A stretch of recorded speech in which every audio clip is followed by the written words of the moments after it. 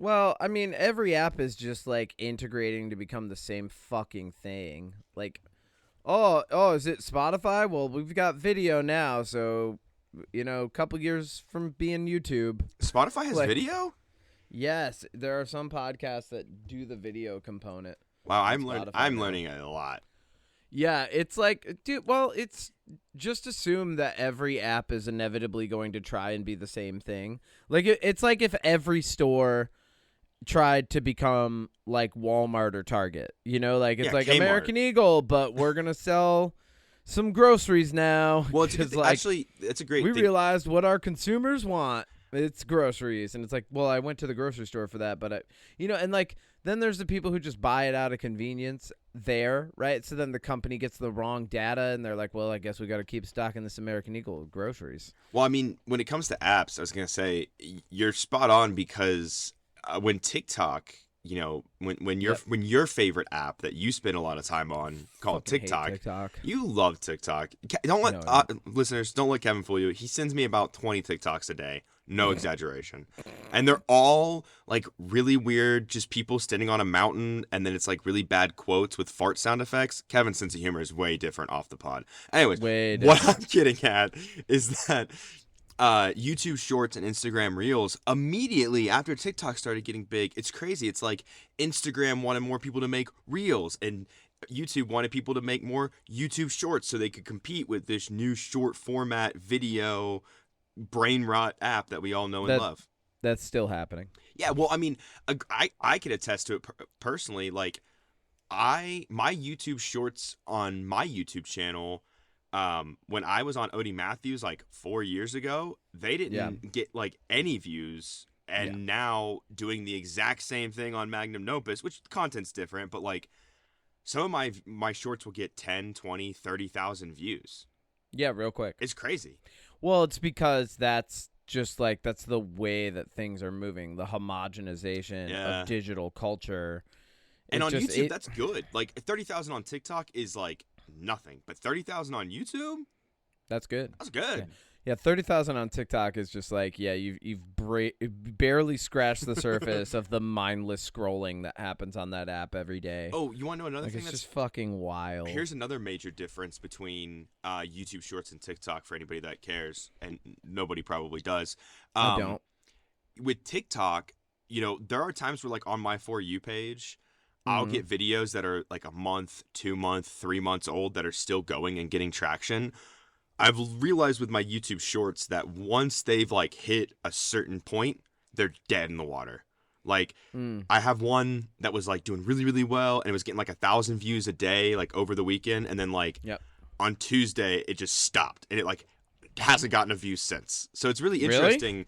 Yeah. Like not a single one. YouTube like kind of, and I don't know a lot about the short side of YouTube, but from what I can tell and what I've heard, shorts kind of die off pretty quick, but your long format videos, those can always come back around. They might not ever hit the algorithm, but they might they might get recommended. Like, I guarantee you my Transformers video in like 2 months will, if it keeps going as well as it is right now, like some random Transformer video on YouTube will recommend mine, and I'll get like 1 extra view or something. Oh, really? Yeah. Just one?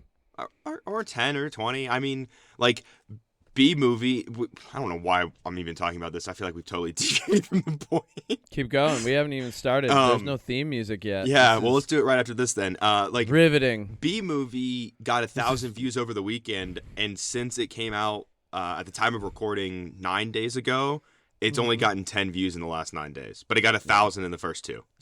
Oh, wow. Yeah, isn't it weird? This is riveting drivel this morning. Yeah, it sure is. That's what this entire podcast is. No, I have stuff to tell you. I'm just tired. I have something to tell you. Hit me. I got a sunrise lamp. Have you seen these? Is it on the TikTok store? No. I got it on Amazon because I support billionaires. Hashtag support billionaires. Look, you have no choice, man. The stuff's cheaper on there, okay? Exactly. Like, yeah, like if you sat me down and you're like intellectually, academically, socially, in a responsible and moralistic manner, do you think that Amazon's probably a bad thing? I would go, yes. Yes, and then absolutely. they say, have you bought something on Amazon this week? I would say a dozen. Like, it's just... Like, I mean, yeah, like you know, like it's like yeah, hey, it's like sitting me up in front of a bunch of people and being like, so Kevin, we've shackled you. Do you think that those shackles are uncomfortable? And I'm like, yes. And they're like, we've also made sure that while you're shackled, you're provided with some things at ease because of the shackles. Do you think that that's okay? And I'm just like, yeah, sure. Just give me the things. Yeah, fine. Well, like literally yesterday, we went grocery shopping. We did all of our meal prep and meal planning and whatnot. Yeah. And I was like, oh shoot, we didn't get toothpaste for Max, our dog, because obviously you got to brush your dog's teeth. And I was like, oh, and I need this cast iron cleaner. And so as we're like driving home from the grocery store, I get on Amazon, I order our sunrise lamp, the thing for our dog, and the cast iron cleaner, and in 3 hours it's at my doorstep and I didn't have to get out of my house again. Wild. Wait, did you say you have to brush a dog's teeth? Yeah. I've literally never brushed a dog's teeth. Dude, so like no lie, the key to a long living dog mostly lies in their teeth health. All of my dogs have lived very long and fulfilling lives, and I've never brushed dogs' teeth. If you don't, well, you don't necessarily have to brush them to take care of them. Like dental sticks and things that like they can chew on to help take off the plaque and tartar and things. Like there are alternatives. Max, on the other hand, just doesn't like toys and he doesn't like to chew on the things that would do that. So he gets, unfortunately, his teeth brushed because he's a little shit sometimes.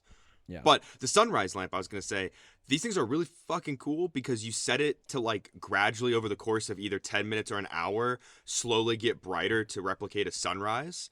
And the one that we got also has sound effects. So I had the sounds of like waves crashing against rocks as this like light gradually got brighter. And this is the first time I've woken up at like 6 o'clock on the weekend. And I was like, oh, this is nice. It felt so natural. It was beautiful. It was beautiful. That is nice. That is nice. I'm so glad that we can order everything into our houses and then mimic the sounds of nature. Yeah, well, I mean, so that we feel more comfortable in our little boxes. Okay, that makes it sound like I don't have windows. My window doesn't face the sunrise. I can't do anything about that. I know. No, I'm not talking about you. I'm talking about all of us, Odie.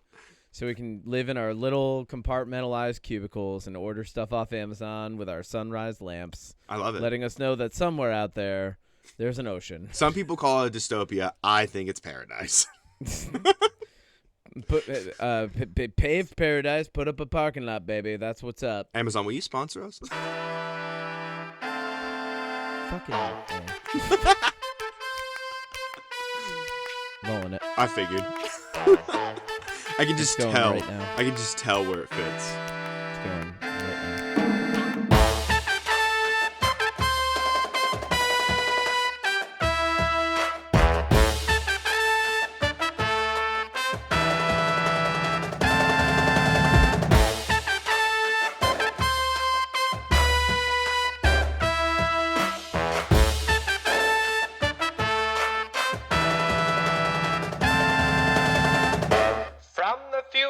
But in a cool way, not a lame way like Terminator Genysis. That shit was lame. Hold on. Technical difficulties. All right, welcome back to another episode of the Unpop Podcast. I'm Kevin Miner in the middle of what was a recording of the Unpop Podcast. Your Capitan Total El Siempre trying to get his way through this fucking Magellan's Pass. With me, as always, but not always helpfully, is... Odie Matthews, the chef who is taking over the ship since the captain can't remember to do the intro. They then cooking up a mutiny. Grab the helm's wheel. All right. I'm the one that pointed out we forgot to do that. Wait, what did you do?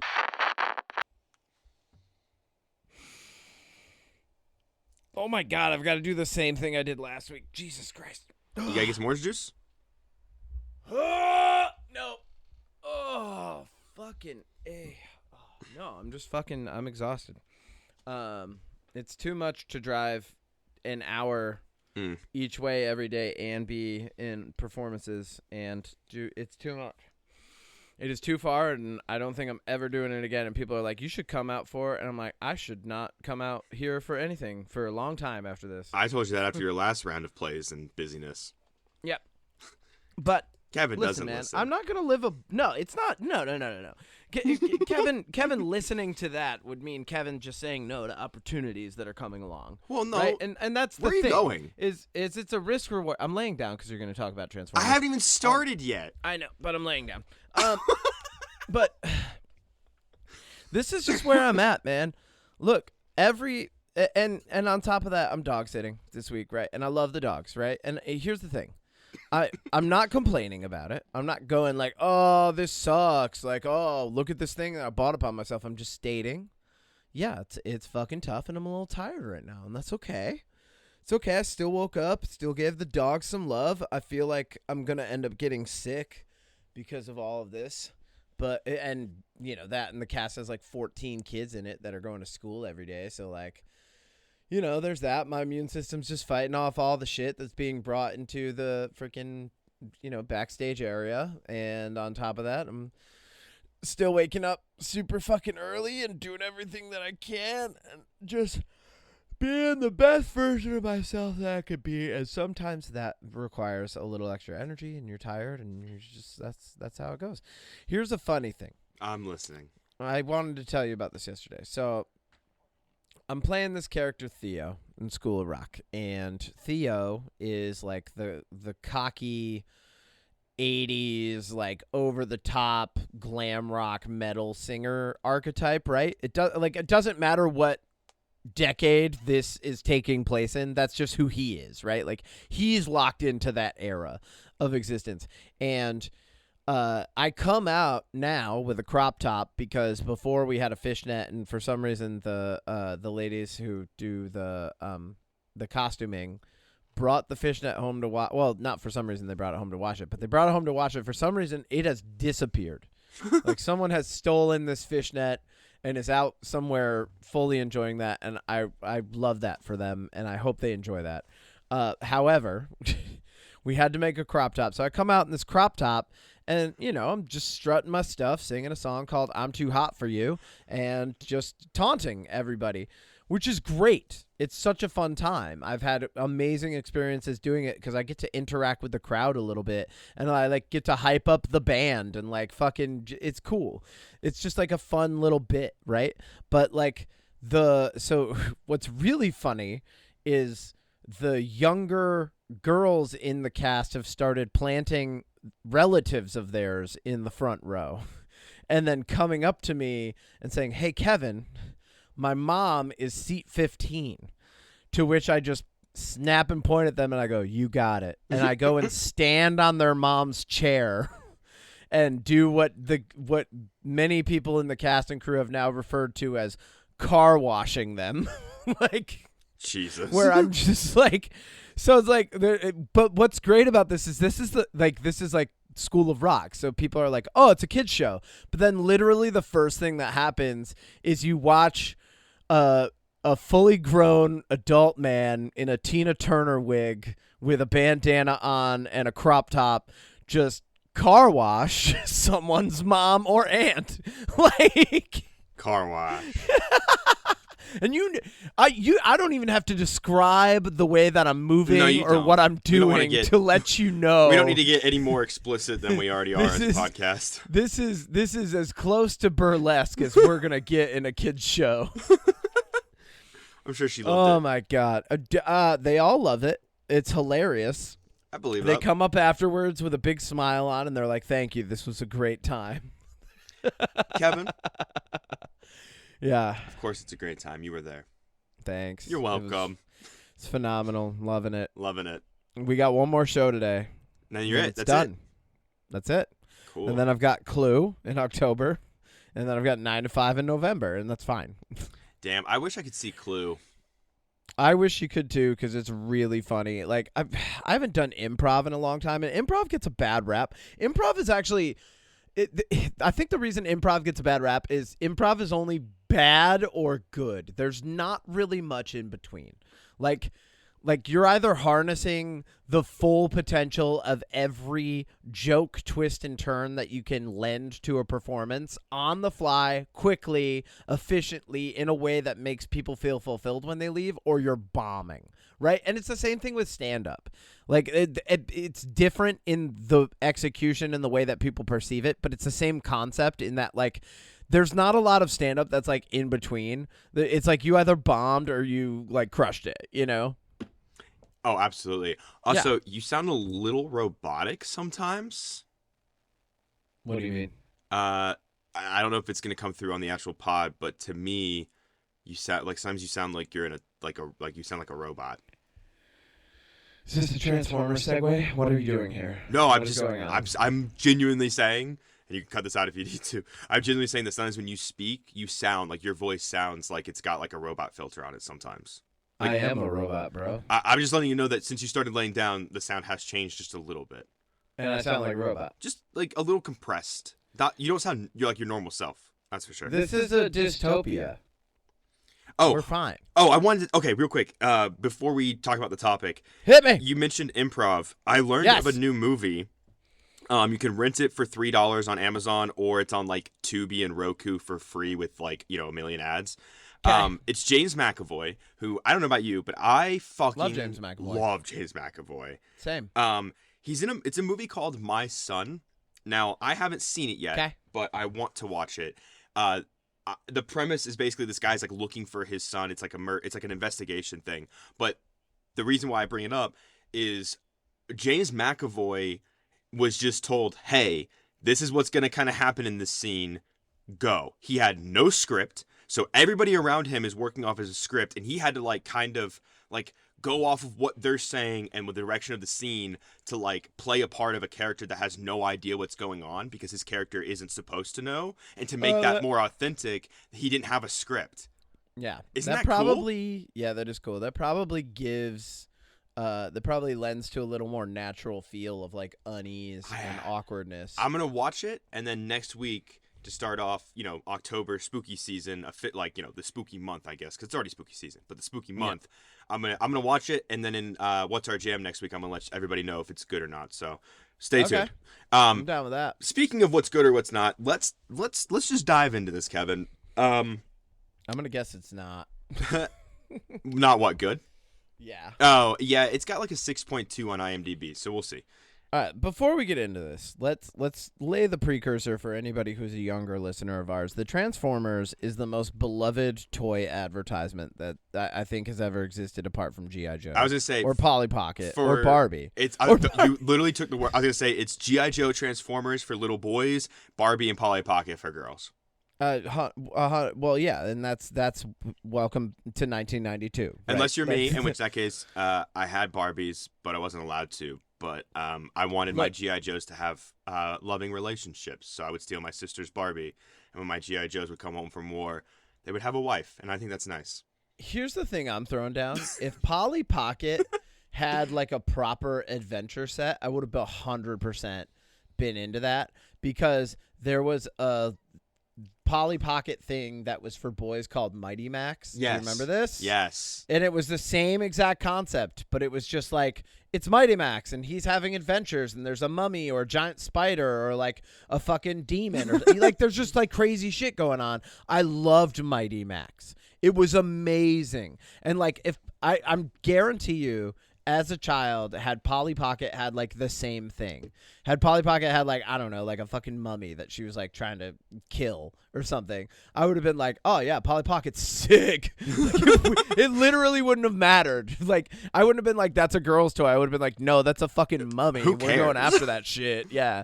My like sister 100%, had both of those. Yeah. And what's really funny is we look back on that and we talk like we think about like how it was typified. And it's like, yeah, that sucks. But like if it came back now and like was just like it would have been so easy to just like not gender typify those things. Dude, there's about to be a all Polly you would have had to Pocket do was movie. make them cool, you know? Oh yeah, they're making a movie about Polly Pocket. That's next after Barbie. Oh great. Yeah, but great. Today you are correct. It's gonna make $1 billion, and I'm gonna hear all about it.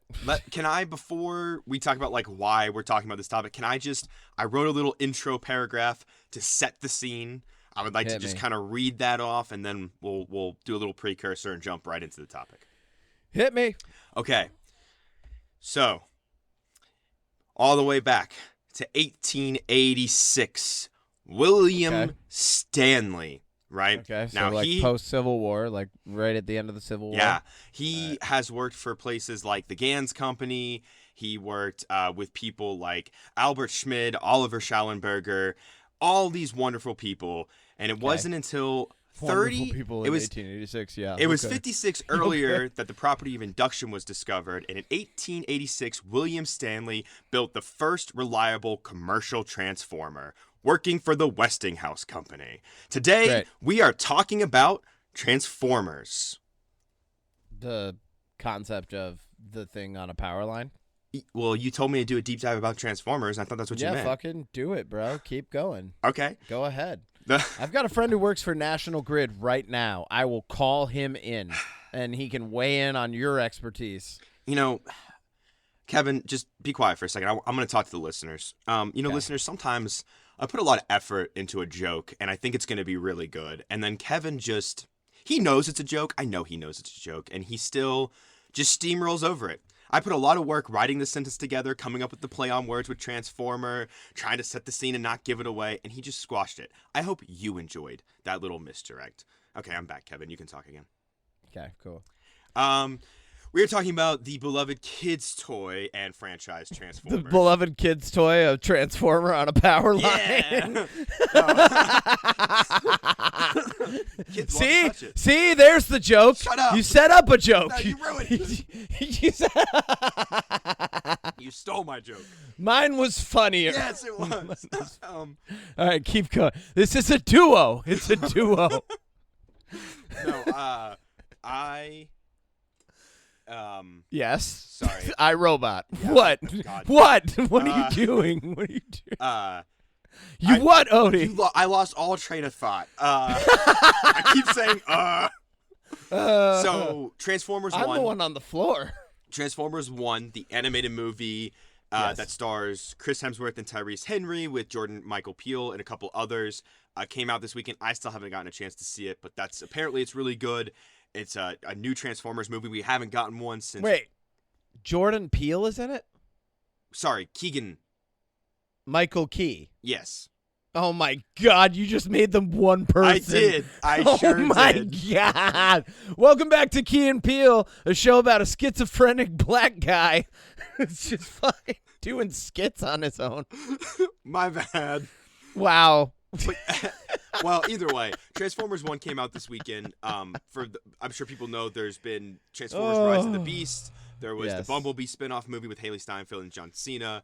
There was the wonderful and highly regarded 5 Michael Bay movies. There's been the 1986 movie. There's been TV shows. There's been comic books. There's been toys. There has been video games. There has been every single thing you can think about with Transformers. And so in honor of that, in honor of my Magnum Opus channel covering the 5 Michael Bay movies, I figured we would look a little bit deeper at the start of the Transformers, talk a little bit about how it got started, Generation 1. I'm not going to go through the whole history from 82 all the way to now, or 84 all the way to now, but we'll hit on the big things, talk about the movies a little bit, and just kind of learn a little bit more about this franchise. Also, Kevin, we never did the intro to this podcast, by the way. We just kind of like steamrolled past that. What? You never said welcome back to another episode of our I just realized that. Fuck. All right. Well, we're on top of it. Guess we're starting fresh here. You got to do all that again, Odie. I can't. Just copy and paste it. Okay. Okay. All right. Wait. Hold on. Okay. I'm gonna copy and paste it, but I'm gonna put like elevator music here. This is gonna be a fucking monster to edit. Should I be recording? Fuck. We are experiencing technical difficulties. We'll return you back to your normal podcast episode after this brief intermission.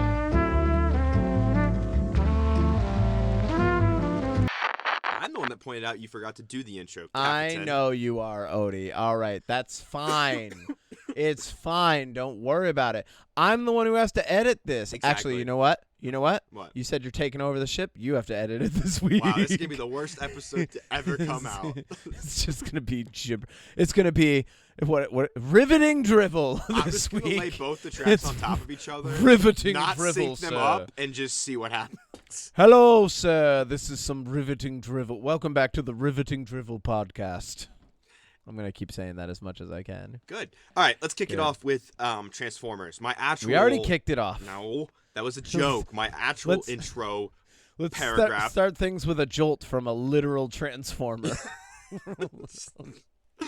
So, Why is there not a transformer who is like an actual transformer named Metatron as like a meta joke why is that not a thing? Because Megatron's already a thing, and also but Metatron that wouldn't sell any is toys. Hilarious. No kids wants a power line toy. But what if Metatron was a literal transformer as a transformer and was the actual like voice for Unicron, because Unicron's kind of like a god, because like the Orson Metatron Welles? biblically is the voice of God. So then anyway, sorry, I'm done. That was too many layers, but it's good. The idea I just had was good. Produced by American toy company Hasbro and Japanese toy company Takara Tomy. Transformers mainly follows our heroic Autobots and the villainous Decepticons. They're two alien robot factions that have been at war, and they can transform into other forms such as vehicles or animals, depending. The franchise, like we've said, comprised of toys, animated movies, TV shows, comic books, video games, films, and as of 2011, so I apologize, the data is a little outdated, but it is estimated that as a franchise, it has made over $25 billion and is one of the highest grossing media franchises of all time. What? Yeah. That's not you double check that. Okay. There's no way. What do you mean? 25 billion? Yeah. Dude, that's insane. The Michael Bay Transformers movies alone, those 5 movies are over I think they're over like 3 billion, just those 5 movies. That's insane. I can't believe that. That's wild. I'm Googling it.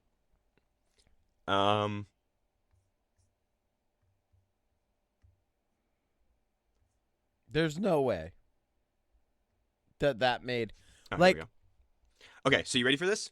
Yeah, hit Pokemon me. is the highest grossing with $98.8 billion.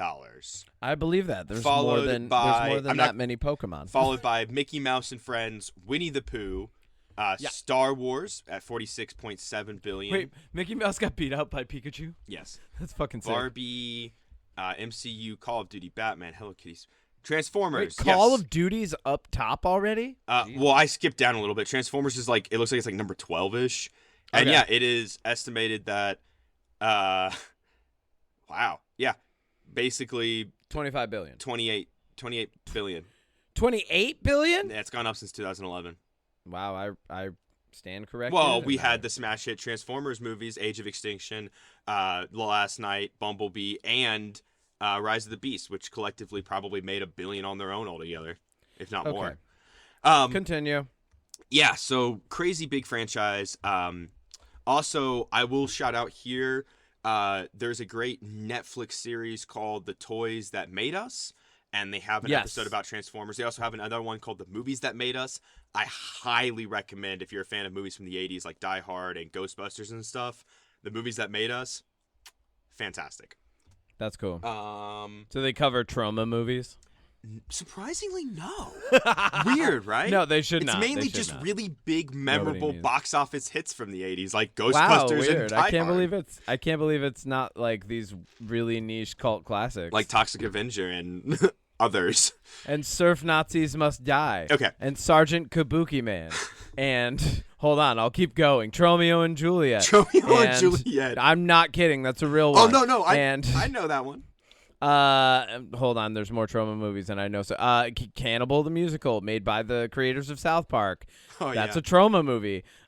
So is the Class of Nukem High. I fucking know these, man. Actually, hold on. You know what? Brief segue. Hold on. Segue keep into what? We're supposed to be talking about Transformers. I have a VHS copy of Surf Nazis Must Die right here. Oh my God. How and why? So many questions. We don't have time. Look at this. So many questions and we don't This have is time to real. unpack this. That's incredible. Like, All right, keep going. no, hold on. Actually, I lied. We do have a second to talk about this. That is actually incredible that you just randomly next to you where you're sitting. Kevin didn't move. He leaned over and pulls up a genuine, straight from like Blockbuster Surf Nazis Must VHS Die, baby. with original cover art. What the fuck? It's a VHS. I haven't seen a VHS in years. Oh, hold on. Here's 8 more of them Oh my God. right now. I'm a hipster now, baby. Hell yeah, you are. Hold on. Before we continue with Transformers, just so everybody knows this is real, let me read this Yes, to please, you. definitely. All right.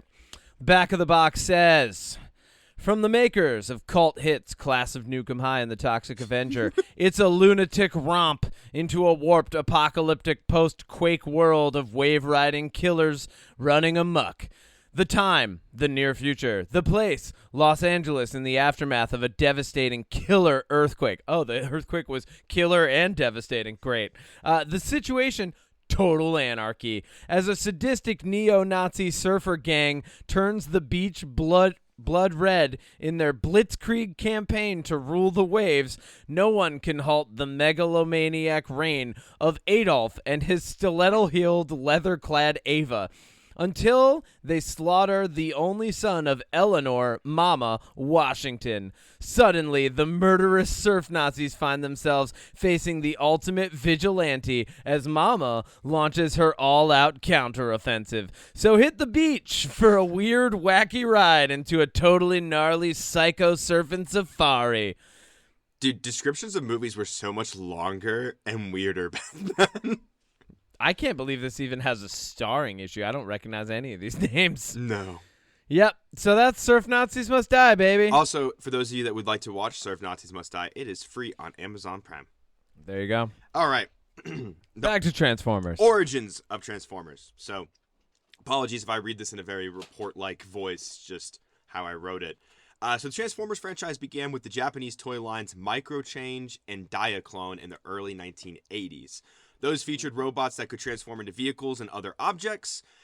Through that and the mild popularity that these had over in Japan, Hasbro acquired these toys lines and then collaborated with Takara, as I mentioned in the actual intro paragraph, to create the Transformers brand.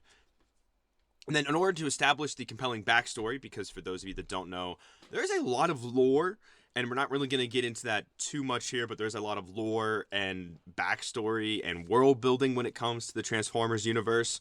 So Hasbro actually enlisted Marvel Comics, specifically the editor-in-chief Jim Shooter and writer Dennis O'Neil. Actually, it was Dennis O'Neil, fun fact, who coined the name Optimus Prime, and his contributions were deemed unsatisfactory, actually, which led to Shooter to appoint a guy named Bob Budansky to develop the character roster instead. So even though this guy created Optimus Prime, it wasn't good enough, and so they got rid of him and hired somebody else. That's wild. Another fun fact about Optimus Prime, which I think is really interesting. Wait, so did you say the guy's name was Bud Budansky? Bob Budansky. That's a fucking wild name. Right? There's a lot of wild names in this report, but I always like to make sure we shout the right people out. I want one of the Transformers to be named Budansky. Budansky. This is Budansky. So yeah, basically, he's a Ford Model T. Sorry, keep going. So, early '80s, Japan had this one toy line that could kind of transform into vehicles. Hasbro bought it, partnered with another one, and then enlisted Marvel Comics to kind of create the backstory and flesh out the world. Fun fact about Peter Cullen when it comes to Optimus Prime. So for the, the TV show and the movie and everything, he was same with his brother. And I think his brother was a Marine or he was in the Army, but he was in the military. And Peter Cullen was unemployed at the time trying to get work. And he told his brother that he was going to an audition to voice a character who was a leader. And his brother told him basically hey, leaders are also gentle but firm. And that's how Peter, like, on the drive, he said that because what his brother told him, he came up with the voice for Optimus Prime. And as we all know, that is the voice of Optimus Prime we have gotten all the way up until Chris Hemsworth voiced Optimus Prime in the most recent movie. Which came out this week? Yeah, I'm going to probably go see that today. I'm going to try to. Oh, I thought you saw it already. No, I haven't had time. Oh, all right. And by that, I mean I was too lazy to leave my house. So, anyways, going back into the origins, the designs were primarily created by Shoji Kawamori. And he is known for another franchise called the Macross franchise. I've never heard of it, but it's whoa, hold on. Whoa. You just hit a nerve. Should I look it up? You don't know the Macross franchise? I feel like you're messing with me. No, I'm not. Is it toys? I'm not fucking with. Macross is Transformers, but cooler. Oh, it's like Gundam. Macross is the precursor to Gundam, thank you. Okay, well, we're Macross learning. isn't like Gundam. Gundam's like Macross. Just because I'm doing a report doesn't mean I also can't learn new things. You thought you were doing a deep dive, but my hand just came up from the depths of anime and started dragging we you hold down hands further. on these deep dives. You're coming down with me. We're going lower. We're going lower. Well, I haven't gone to the brain going. rot section of the Michael Bay movies yet. All right, keep going. We got to get through it. I got to get down to fucking School of Rock at noon. Keep going. Okay, we'll stop derailing, Kevin. So, like I said, I want to talk about Generation... I found a VHS copy. No. All right. Okay, so we're going to kind of talk about Generation 1 and leading up into the Transformers movie. So, Generation 1 centers around Optimus Prime. Yes. And Megatron, who is the leader fighting of the each other every week in a spy versus spy type battle. Mm-hmm. All right, keep going. Now, unlike how a lot of the movies have depicted all of this, they actually land on prehistoric Earth in a spacecraft named the Ark and the Nemesis. Shit. They awaken in 1985 as a result of the ongoing conflict on Cybertron. So they actually Which one's the bad guy ship? Take a guess, Kevin. It's the Ark, like Noah's Ark, because they're the course. good guys. Of course. All right. There is, anyways. So the original Marvel comics initially integrated the Transformers into the larger Marvel universe, and they would actually feature appearances by like Spider-Man, Nick Fury, and other Marvel characters. The TV show, they crashed on Earth, they woke up in the 80s, and then, they kind of kick up the plot. It's, Optimus versus Megatron. The main conflict, it changes depending on like if it's the cartoon, the comics, the movies, yada yada, but it's usually something along the lines of Cybertron is dying, Megatron wants to do Plan A, and Plan A involves hurting a lot of innocent people, so Optimus puts those people's lives above saving his planet, hence conflict. Usually something along those lines. All right. So, also, while in the comics, the animated series, produced by Sunbow Productions and Marvel Productions, they pretty much kind of diverted from the comic backstories, and the series depicted the Autobots searching for energy sources while under attack from Decepticons. This is what I remember. Something that, though, is a great concept, and I'm going to reference this a lot back to the movies, because that's what I think a lot of people know if they didn't grow up with Transformers, because I didn't grow up with Transformers. This is Odie, a lot of the people who grew up with Transformers grew up with the movies were old. No, I'm saying, like, Michael Bay's movies, like, introduced Transformers to a new generation that didn't watch the old cartoon. Yeah, what I'm saying is that's what they grew up with, literally. They grew up with Transformers. Oh, yeah. So, the movies kept that going where, like, in the first one, there's the Cube energy source, and there's the Matrix of Leadership energy source, and then there's this energy source. So they did kind of keep that going. The difference is the cartoon actually had, like, some pretty good continuity, unlike Michael Bay's movies. They really missed an opportunity to tie Transformers back into Marvel with the Cube being, like, the Tesseract or something, right? That would have been way cooler. Well, we're going to get into the next tie-in in a little bit. Go. So with that, you had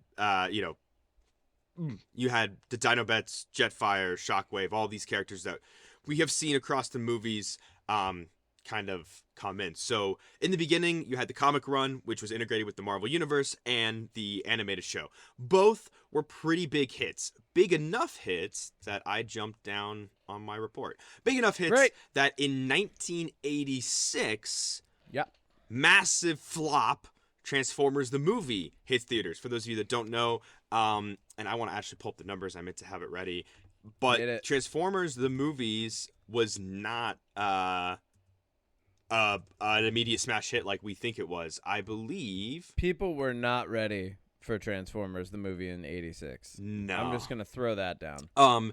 So it had a budget of about $5 to $6 million, which was massive back then for an animated movie, and its box office run is anywhere from $2.5 million to $5 million. So it didn't even make its budget back. Obviously, as we said at the beginning, this is a $25 billion franchise. So once it hit home theater and started to run on TV, and the toys that came from it, it definitely made its money back. So in 1986, it expanded with Transformers the movie.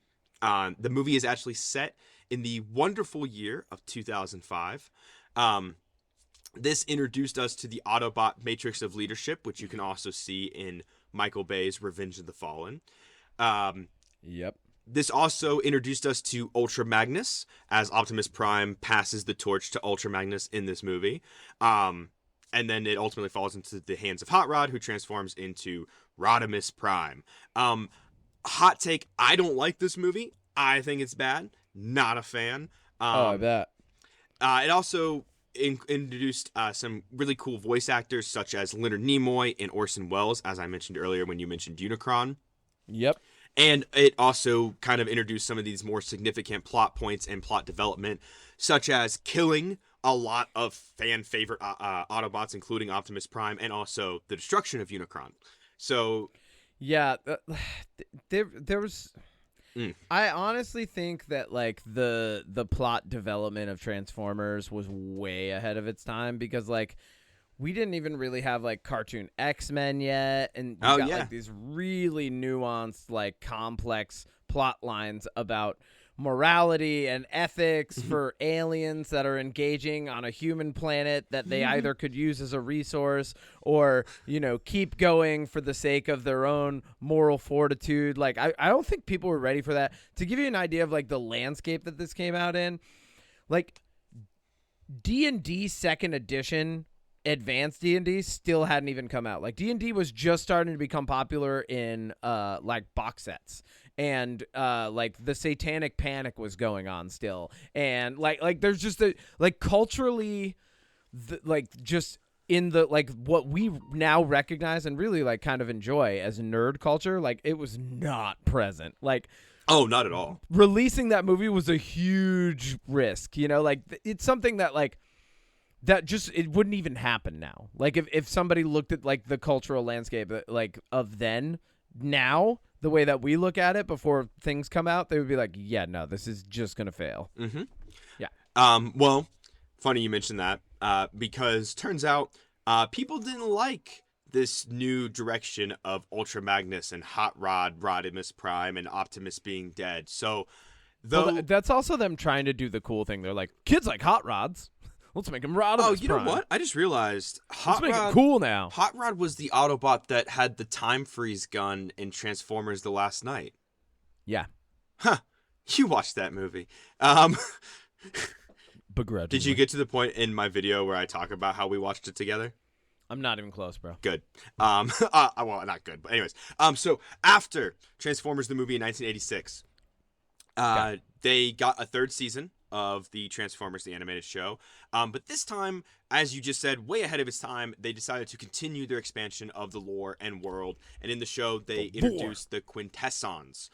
Again, Transformers the Last Night introduces us to Quintessa, who is a Quintesson who created Optimus Prime, even though we were told it was Transformium, even though before that we were told it was the Cube, even though before that it was something else. But that's Michael Bay movies for you, baby. Is the Cube just called the Cube? It's called the Allspark, but thank you. Yeah, that's what it was. You keep saying the Cube, and I'm like, I think because a different name. So the reason I keep calling it the Cube is because in the first Transformers movie, they say they literally don't even introduce it as the Allspark until like almost halfway through the movie. So I just called it the Cube the entire time. Like even the movie opens with Optimus being like, "Before time, there was the Cube." He doesn't even call it the Allspark. But in the beginning? Really? In the very opening narration of Transformers 2007, he literally calls it the Cube and not the Allspark. So, anyways. That's a weird choice. All right. Very. So, like I said, show starts to introduce the Quintessons. Obviously, Optimus Prime was resurrected because he's fucking Optimus Prime, and kids. I read some articles when it came to like Transformers the movie that kids in theaters were like crying because Optimus Prime died. Sorry, it's not funny, that but makes it is. sense. Like, yeah, it's traumatic for a kid to be like, "Here's this toy and this here's cartoon. the toy that you love and play with every day." I'm too young to understand the concept of death. What do you mean? By the way, he's dead. By the way, he's gone forever. Oh my god. So, So on top of that, the Marvel Comics series expanded the lore by introducing us new characters and plot lines. They also, in this comics, they resurrected Optimus Prime and Megatron. And the fun fact, so they could go back to their Bugs Bunny, Wile E. Coyote relationship. Exactly. And I included this little like fun tidbit. The UK comic introduced the creator Primus and female character RC. So RC has been in obviously some movies and stuff. Really funny that there's like barely any women Transformers. Like, very rarely is there any. I mean, I guess they just use the Allspark to make more Transformers, right? So, like, they don't really... It doesn't... Like, you don't really need... They're fucking robots. Like, you don't need gender. like the fact that there's even gender... Like, let's bring the Transformers into the real world. They would piss Republicans off so bad. They would like... What are you? Like, yeah. How big's your tailpipe? You sound like a man and you're a truck. I have no gender. Fuck you! Show me your genitals! Get out of here! Oh my god. Yeah. So look, all the way up, through the first 3 seasons of the show, the movie, Transformers definitely made a name for itself. One thing, and I'm going to say it here, I was going to kind of wait till later, but a majority of what Transformers does, and one of the common things that you'll see Hasbro do with the brand, is even if the shows, the movies, the comics aren't doing super well, they use those as a way to introduce new Transformers to then sell new toys. A majority of that 25 billion or 28 billion comes from the actual toys themselves. Like, okay, so that makes sense because like Gundam obviously sells a bunch of toys too. Pokemon. I mean, Pokemon is pretty much, it's all games and cards. There are like movies and TV shows, but I would argue that the games and cards have made more than those probably have, because Transformers the movie, or Pokemon the movie, was also not a financial success when it first came out. I don't think it was. But anyways, so and the reason I bring that up about the toy sales is because part of the reason that the Transformers movie with Michael Bay went for a decade and he made 5 of them is because even when 4 and 5 didn't do as well financially as 1, 2, and 3, the toy sales, because he was introducing, the Dinobots, the new design of the Dinobots was in Age of Extinction. All these new Transformers were introduced in Last Night. So the toy sales really carried the movies that we've been getting, and now Transformers 1 is actually just doing well, because Rise of the Beast and Bumblebee weren't like huge hits. I think Rise of the Beast only made like 400 million, which is super low because most of these movies cost like close to 200. So okay, hold on. I looked up Pokemon the movie because that sounded wrong to me. Was it? The budget was $5 million, and the movie made $170. Okay, so that's the one that $7 million in 1999. Okay, so that's not okay. So then it's Transformers the movie did bad, Pokemon the movie did good. Yeah, okay. I was gonna say, I was like, when you said that, I was like, no, we all saw that movie. I couldn't remember. There's no way. I saw it in theaters twice. Okay, I'm glad you fact checked that one because I could not remember. Well, you could have been right too, and I was like, actually, that would be a funny fact. Like, if like we all went and saw Pokemon the movie and it still failed. That would be funny. All right, keep going. Okay, so 1993, Transformers Generation 2 launched. This actually originates from a storyline in the G.I. Joe comic. We are going to circle back to G.I. Joe. Don't you worry. The series explored the Transformers breeding process and introduced new characters and conflicts. Wait, how do they breed? Hit me. I didn't write that down. Should we Google it? I mean, I'm going to Google it while you keep going so we can keep the tracks going. All right. So this Generation 2 ended on a cliffhanger and had a very brief run. if that short description of it spinning off from G.I. Joe and having to do with them breeding, yeah, it didn't do super hot. That's literally question number 2 when I type in how do Transformers. Transformers are reproduced by using a budding mechanism. It's a mitosis-like form of asexual reproduction. Woo! They're asexual, baby.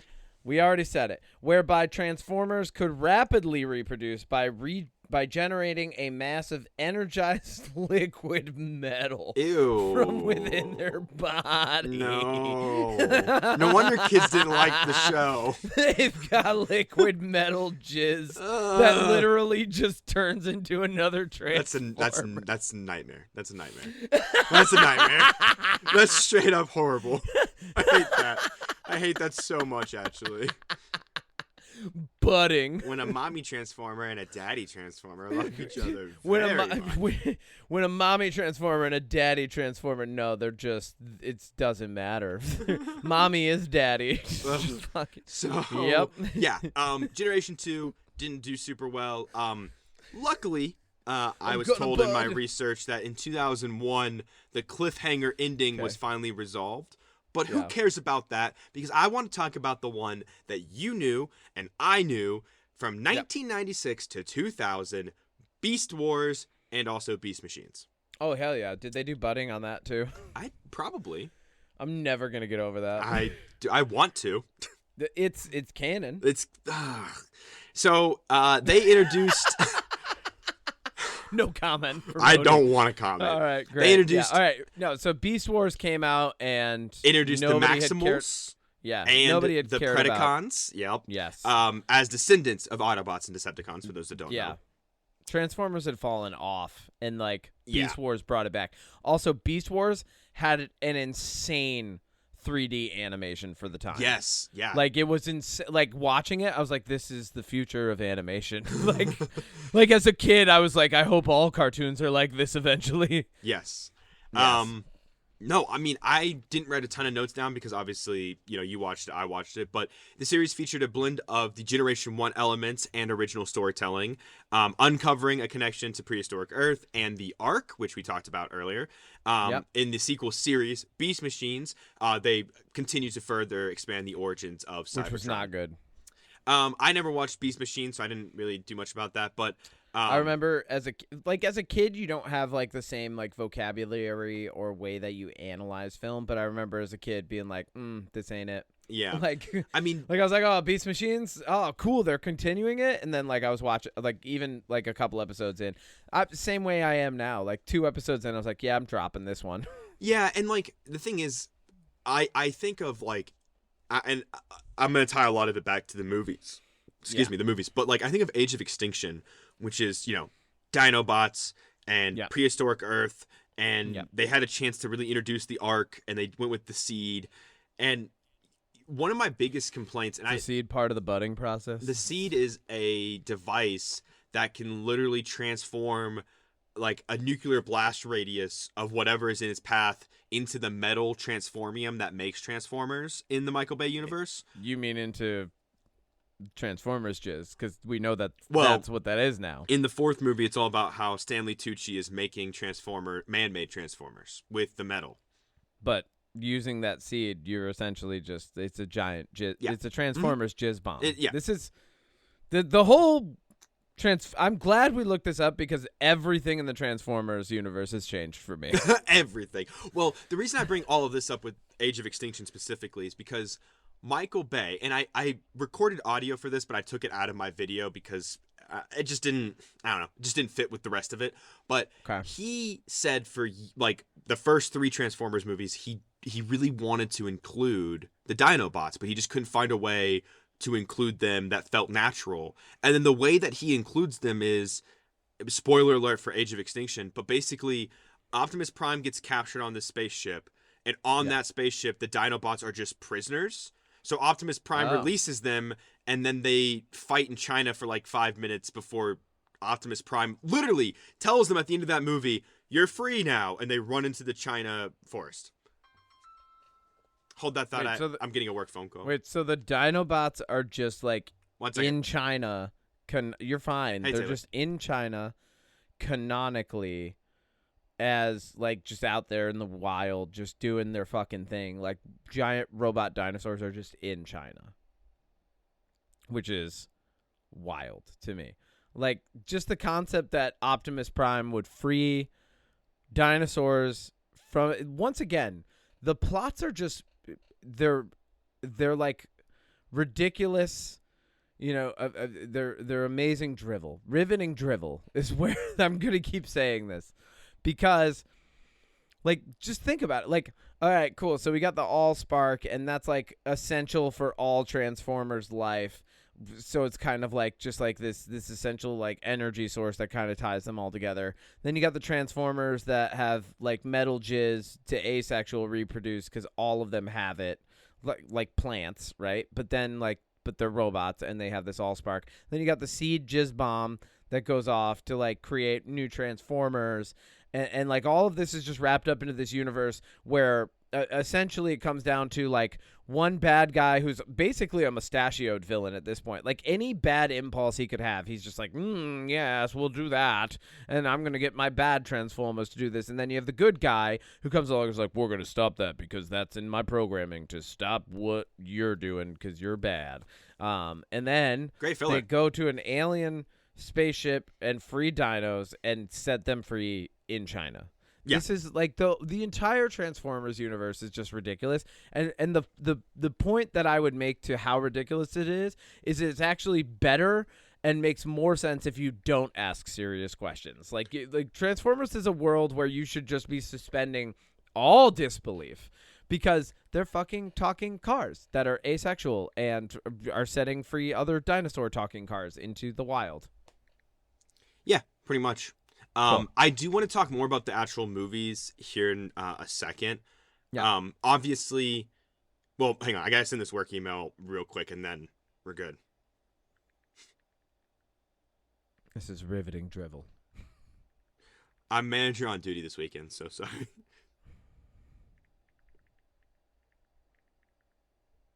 This is the part of the Transformers movies that they don't show. When the manager on duty has to send an email. That's a funny thing about action movies in general, is that like action movies only maintain action so long as the highlights move fast enough, but like you still have to contain it within a reasonable amount of time, because a lot of times we just get like a snippet of someone sending an email and then we cut immediately to like the action that's happening next after the email's been sent, received, processed, and like so we don't get all like the steps in between, because that would just slow it down and make it not an action movie, right? But like as long as you're able to jump quickly enough from thing to thing, which sometimes is what I think makes people think that action movies are lesser than what they are, because like they're jumping so much. And it's like for some people I can get where the pacing kind of feels like whiplash, but like you need that, otherwise the manager on duty is just sending an email. Yeah, and that's what you get. Yeah. So let's talk about the movies, and I just want to do like a little precursor. So 2007. I'm letting you know, if you have to send any more emails, I'm going to be grabbing random VHSs from this box next to me and just reading them. Let's hope not. That's my filler now. Well, shoot, at this rate, I don't have any texts in the field because he's the third one to call me to be like, yeah, I have issues. I can't get to my job. So at this rate, there's no one left to call. I'm going to be reading some fucking VHSs, baby. Okay, so Transformers 2007. I want to set the stage, and then we'll kind of talk through the movies one by one or however we want to.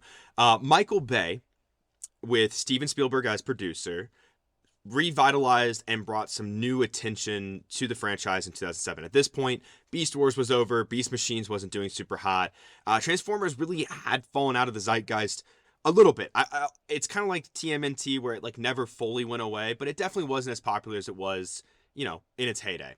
So yeah. Basically, he got the rights to it. He hired an incredible cast at the time. Shia LaBeouf was coming off of Disney Channel fame. Megan Fox was up and coming.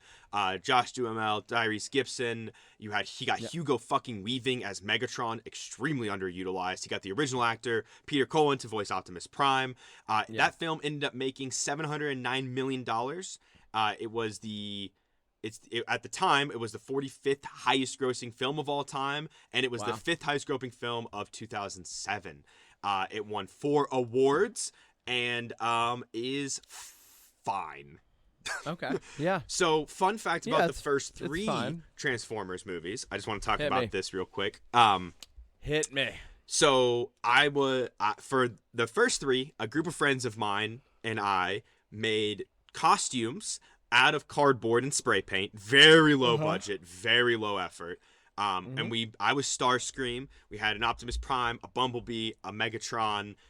We had an Ironhide and a Ratchet. And you guys did cosplay. We dressed up in cardboard costumes of the Transformers and went to opening night of all 3. Funny, after the first one, we got invited to for free to go see the second one, and kids were taking pictures with us in our like cheap costumes. And the same thing happened for the third one, Dark of the Moon. So Transformers, and what was even better is at the time my parents owned an RV, a really big one. So we had this giant banner put on the side that said Cybertron, and we rolled up to the movie theater and we all came out of the RV dressed as Transformers. God. So that's you guys were the original cosplay hell racket. Yeah. So the first 3 Transformers, despite my scathing review on my YouTube channel, do have a special place in my heart. However, that does not skew my opinion on how bad they are. But yeah, they did make a lot of money. Real quick, just to kind of go over how some of these did. The second one then made $800 million. The third one made over $1 billion. The fourth one made over $1 billion. And then the last one, do you want to guess how much the drop off for the last one? 150 million. Because you watched it. So it made 130 million in America. Oh wow! In only America, but worldwide it only made 600 million. So it was the lowest grossing by far, and it was also the most expensive at the time. Yeah, but 600 million is still insane. Yeah, but when the movie cost 250 and they marketed it for 100 million, it didn't. I mean, compared to the others that made $1 billion, still made like 100 million. I mean, it still did good, but the cost of it. Like it didn't do bad enough to stop anything. Yeah. And you know. Then you also had 2 unconnected. I say they're unconnected. They're not connected to Michael Bay. They're not connected to each other. Bumblebee in 2018, and then The Rise of the Beast in 2023. I would argue that Rise of the Beast is probably the second best Transformers movie besides Bumblebee. It's not good. So like it's still not good. Recent. So you're saying they're getting better though. Apparently Transformers 1's amazing, so I'm interested. Okay. But cool. Obviously, I mentioned it a little bit. I did a hour and 12-minute deep dive of Transformers, the Michael Bay movies, on Magnum Opus. Yep. And so if anybody wants all those details, they can go there. But for anybody listening to this podcast, we're going to do you the favor. Odie has to summarize all of them in 1 minute. Like all of them at once, or all 5 of them in 1 minute. Okay. Wait, hold on. 60 seconds. Wait, hang on. I'm gonna actually time myself. So I'm gonna time you. So you just start, baby. Okay. Ready? Wait, hold on. Give me a second. I'm not holding on. I want you to ready, set, go. Okay, so the Transformers come to Earth.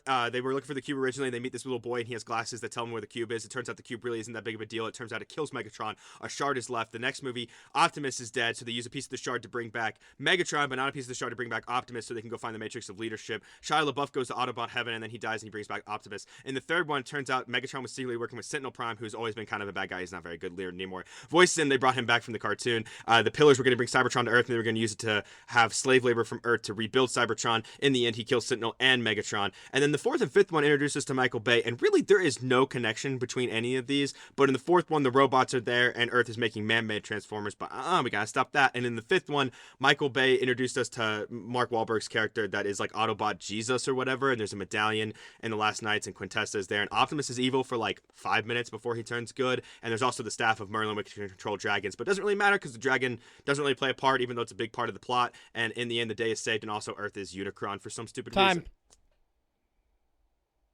Not bad. Not bad. Guess what? It doesn't have to make sense because none of those movies make sense. So it doesn't matter. No, they don't. It doesn't matter. If that sounds like gibberish, it's because all those movies are gibberish. The Last Night seems like it was a continuation, but then also they were trying to launch a new franchise leg with Mark Wahlberg. I fucking hated that movie. It's so bad. That's the one I watched, right? Yeah. Yeah, I fell asleep during part of that. I put that in the video. Oh, you did? You have to, when you get to it, you have to let me know what you think.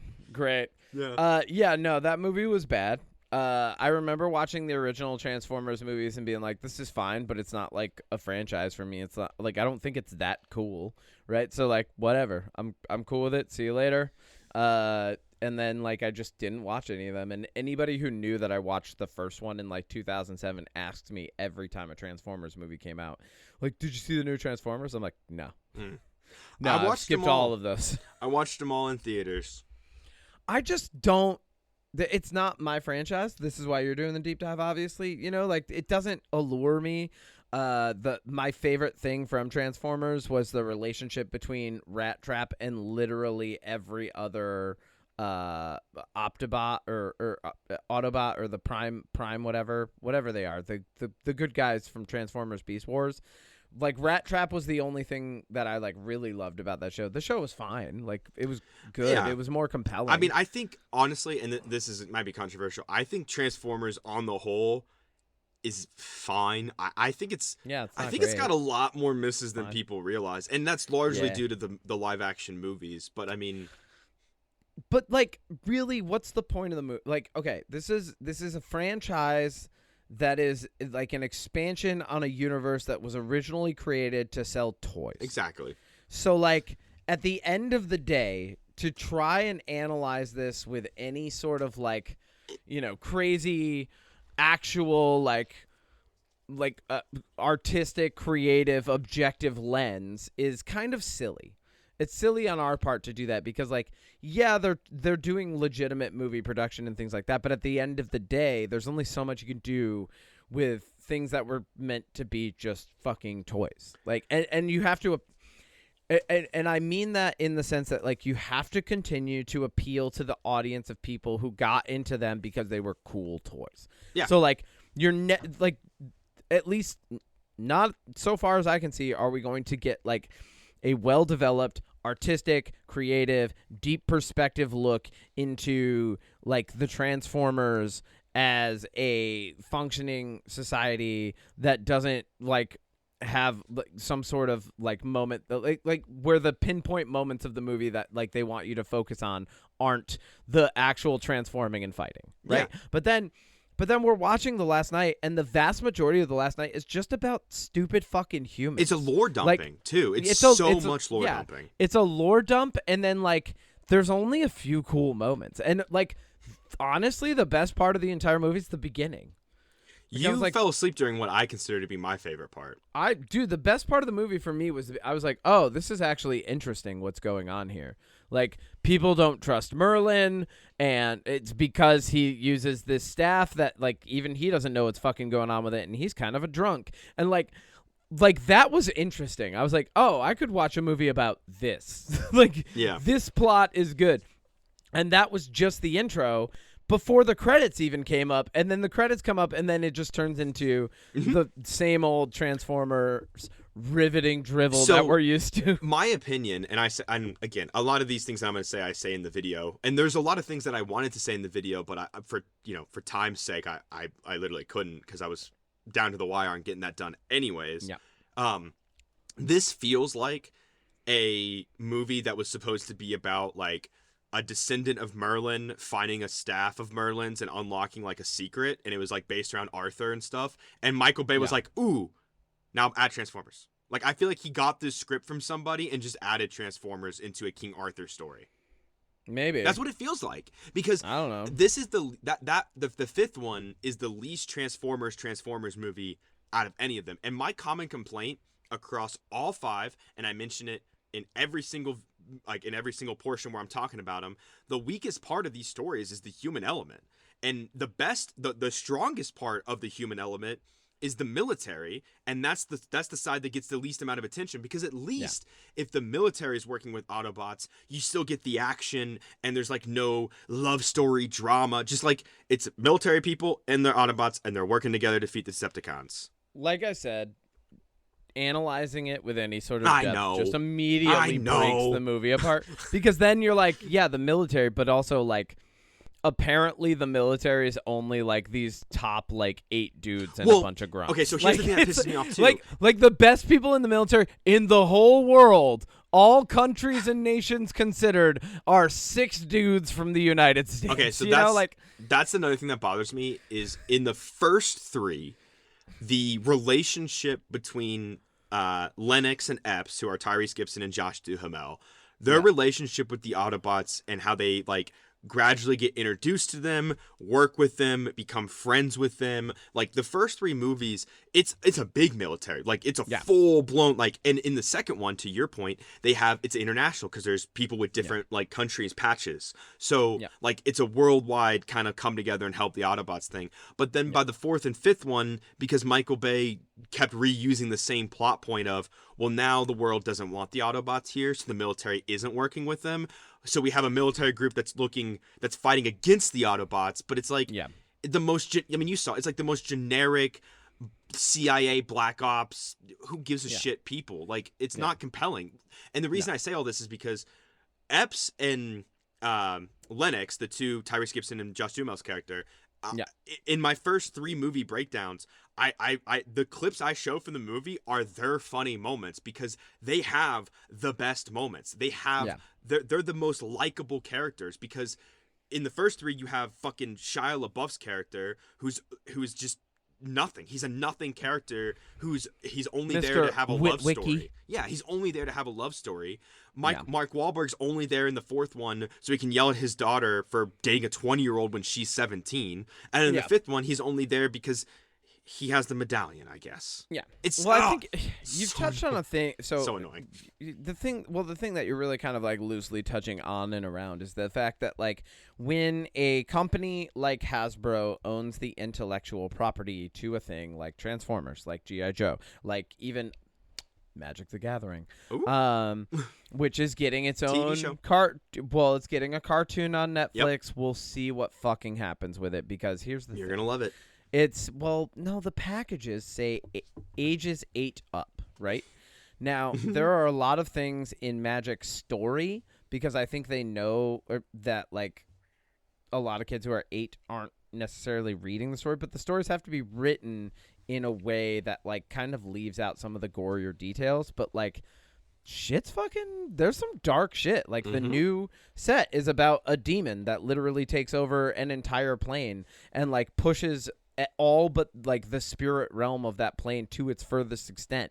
But like you're not going to be able to get into like the real, and there's some like twisted looking things in this set on the art of the cards, like real dark, like weird looking shit.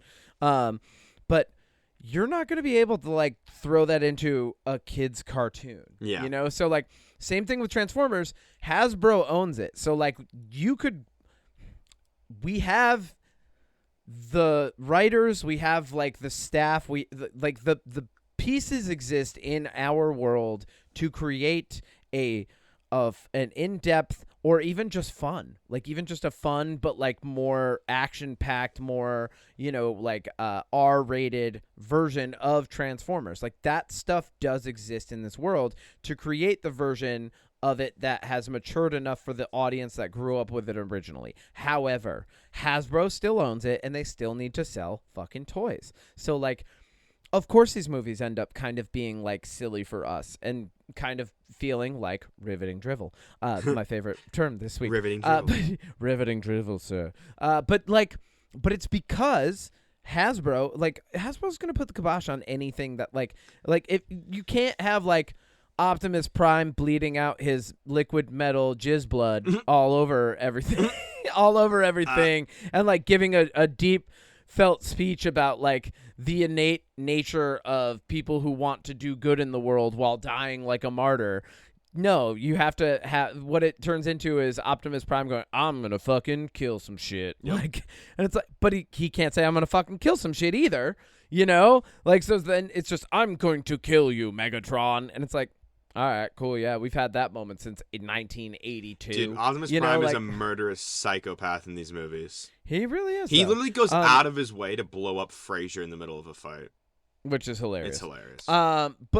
But yeah, so like these like when Hasbro owns these properties, I mean, even D&D, like D&D ended up being a PG-13 movie because you need that. However, you played D&D, I played D&D. We've sat at adult D&D. Well, we've sat at adult D&D tables. I've sat at D&D tables with fully functioning adults who have jobs and marriages and incomes and mortgages and all this stuff. And like our perspective on the world is more in depth. We understand that how things can be like darker or more sexy or more hilarious if it's like actually really debauched humor. You can't throw that into D&D. You know, so like because Hasbro owns that. However, Critical Role can produce a show that has more blood, gore, things like that, right? Like, and they did, and that, in my opinion, resonates more than the D&D movie.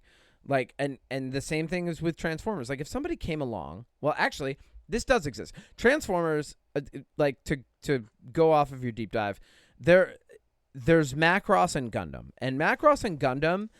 The human storyline is actually the strongest point of the franchise. Like what's going on socially, politically, and personally for the human beings in those stories matters even more.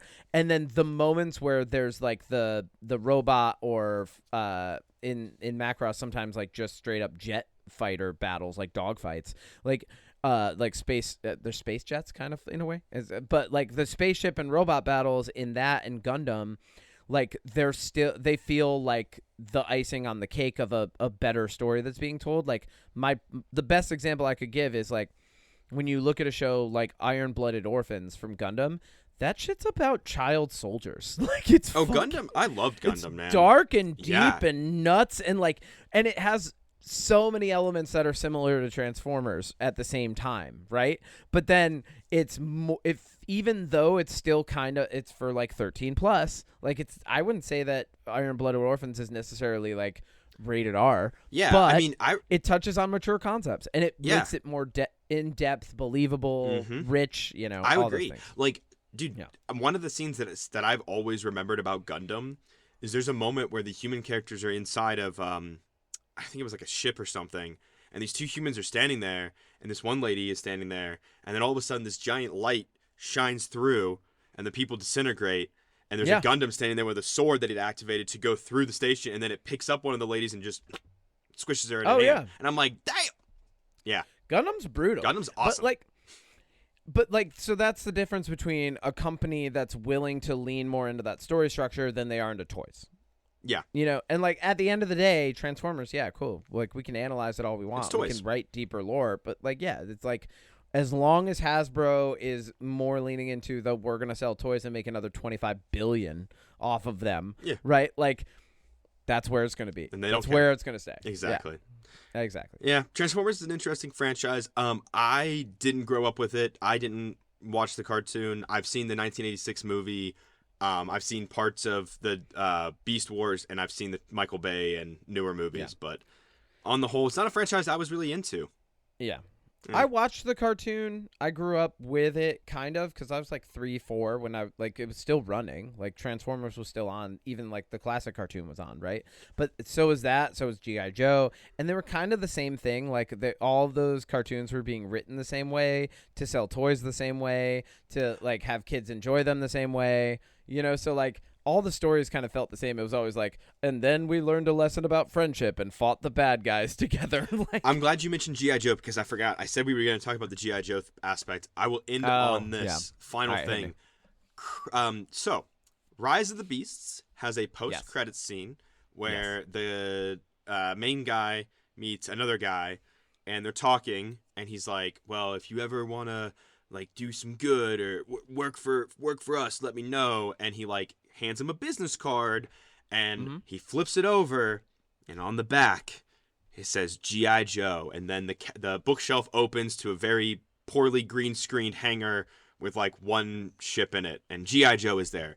Then it was announced that the movie is not only in production, Chris Hemsworth is attached to star, even though he was just the voice of Optimus, but apparently he's playing a human in this one.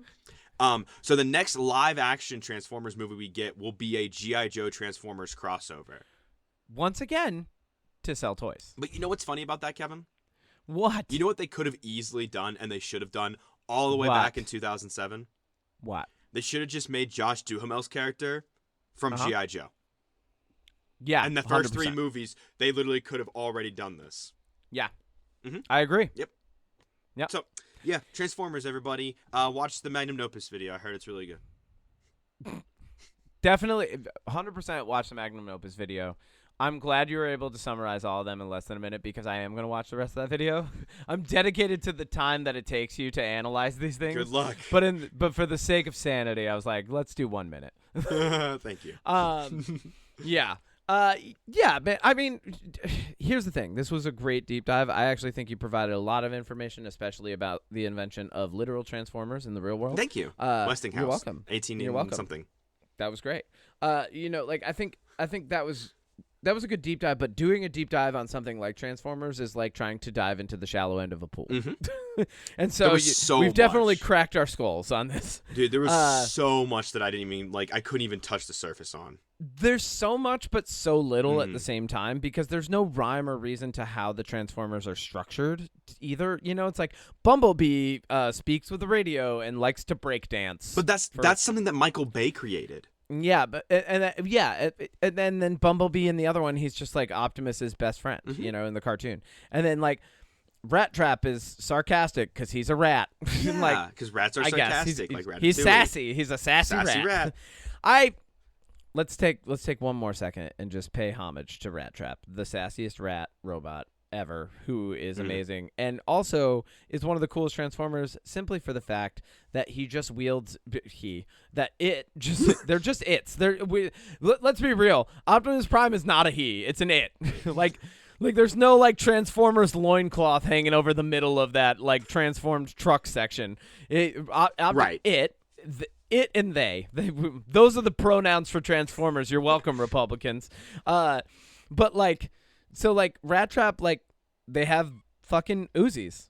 Sick. Like that was probably like I was like, oh my god, Transformers with double Uzis now. What are they gonna do next? You know, like as a kid, that was my favorite thing. But anyway, What's your jam this week? Please don't let it be Transformers. Please, no, not Transformers. We just did it.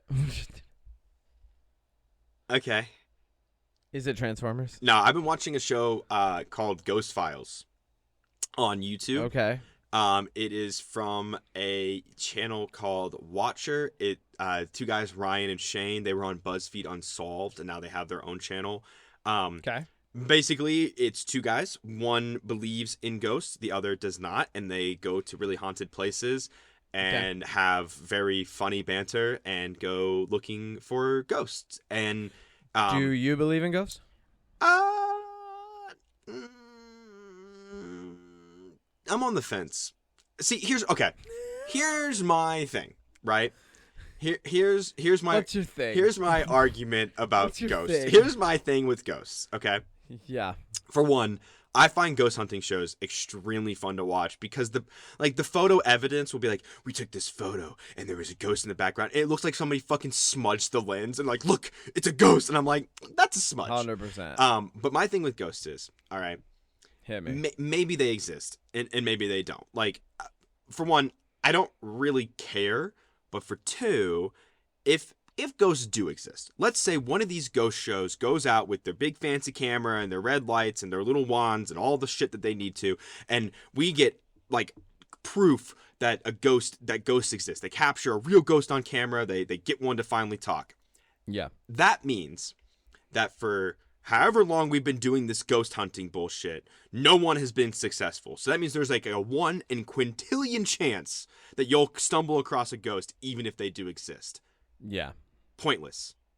Yeah. What's it matter? Oh, a ghost can tell you one word through a weird static radio? Cool. Yeah. What is that? Who cares? Yeah. Like, what does that do? Nothing. Yeah.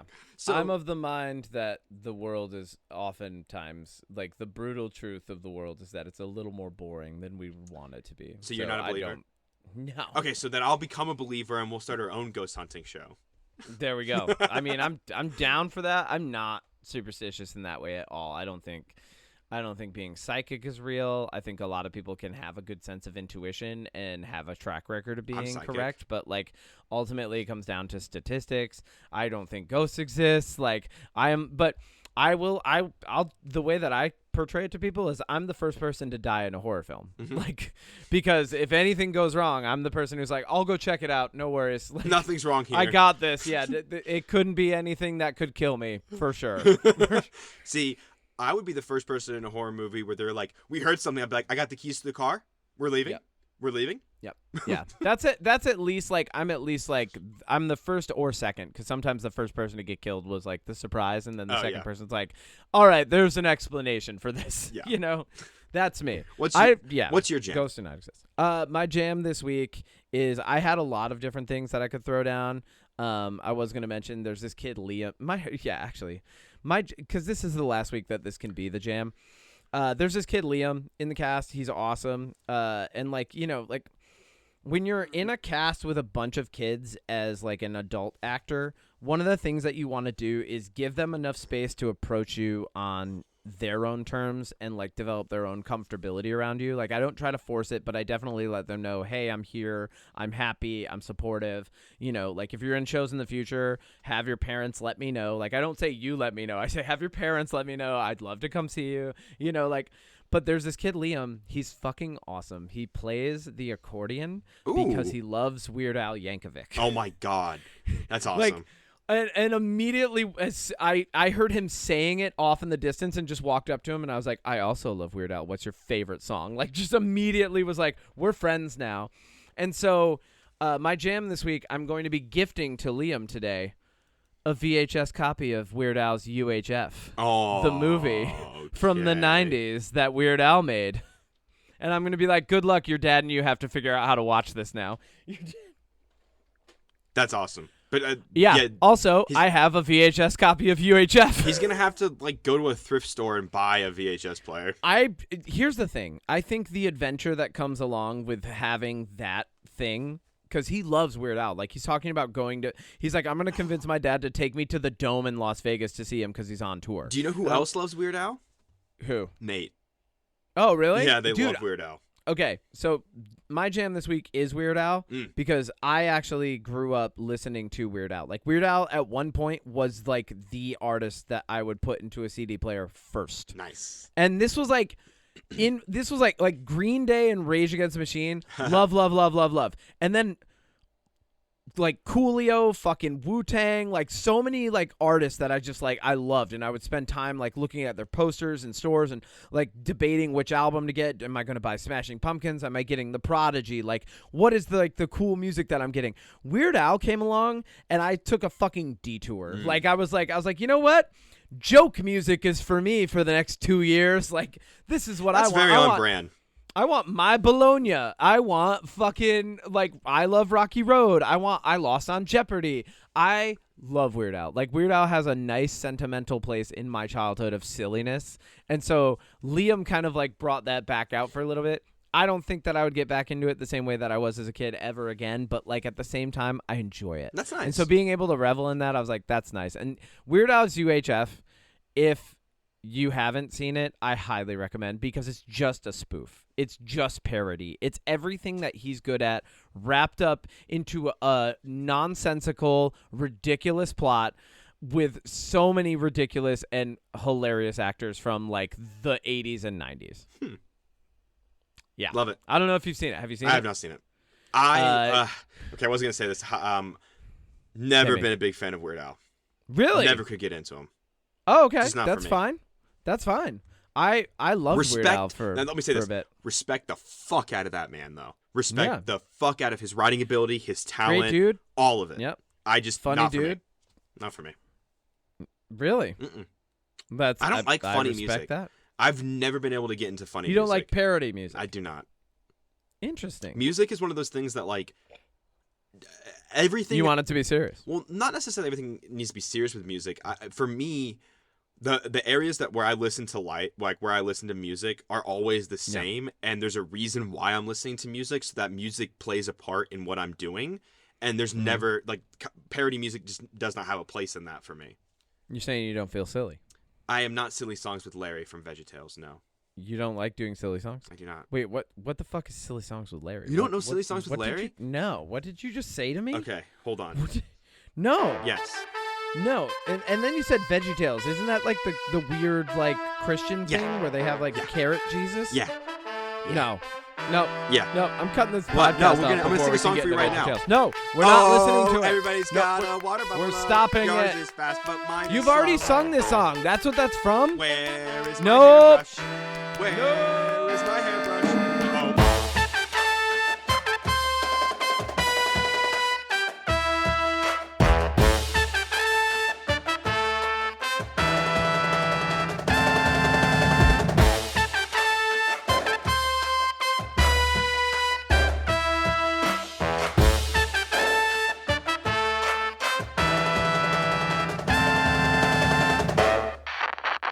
And now from the past, but not like in that lame Terminator Dark Fate movie. That was also lame. There's lots of lame Terminator movies like Dark Fate and Genesis.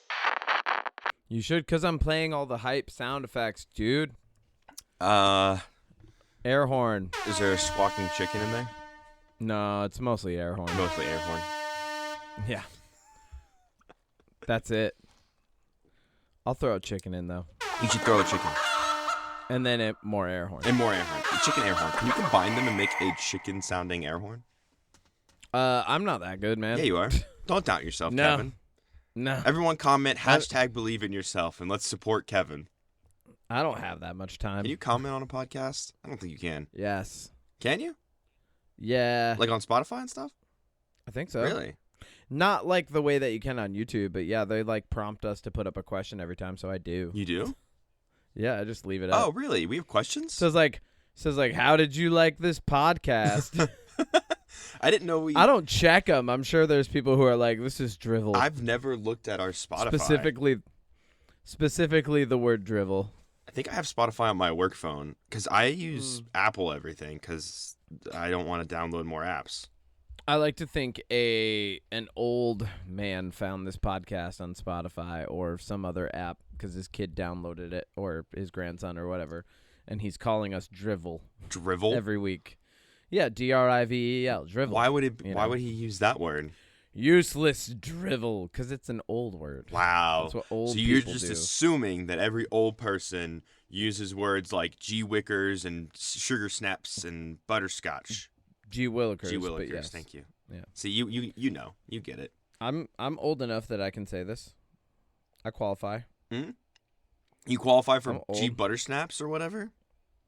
Yeah, duh. G Buttersnaps, baby. Okay, That's what they used to say on the Andy Garforth show. You might hear my phone go off a little bit because I'm on duty. Why? Because I'm working technically. Why? So how do you see the questions? Oh, you can leave a comment. Look at that. Yep, told you. Wow, I'm learning about Spotify.